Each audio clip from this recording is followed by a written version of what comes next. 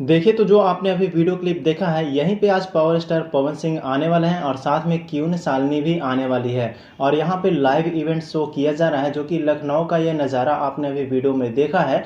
तो यहीं पे पवन सिंह अपने नए गाना का प्रमोशन करने आ रहे हैं, जो कि आज शाम में 5 बजे ग्लोबल म्यूजिक के ऑफिशियल यूट्यूब चैनल से आया है। गाने का टाइटल है गोदी में लेके। इसी गाने का प्रमोशन करने आ रहे हैं पवन सिंह आज इस जगह पे। तो दोस्तों, आप सभी से यही कहेंगे कि पवन सिंह के अगर ये वाला वीडियो देखना चाहते हो तो आप लोग चैनल को सब्सक्राइब कर लेना, क्योंकि बहुत सारा वीडियो क्लिप यहाँ से आएगा और सबसे पहले मैं आपको चैनल के माध्यम से दिखाने की कोशिश करूंगा। तो दोस्तों, आप लोग चैनल को सब्सक्राइब कर लीजिएगा और पवन सिंह बहुत सारा खुलासा भी करेंगे आने वाले प्रोजेक्ट के बारे में। आगे कौन कौन से गाने आने वाले हैं, सारा कुछ पवन सिंह बताएंगे। तो ये चीज़ भी आप सभी के लिए सरप्राइज होने वाला है। तो आप लोग चैनल को जरूर से सब्सक्राइब कर लो, बहुत सारा वीडियो रात तक मैं अपलोड करूंगा।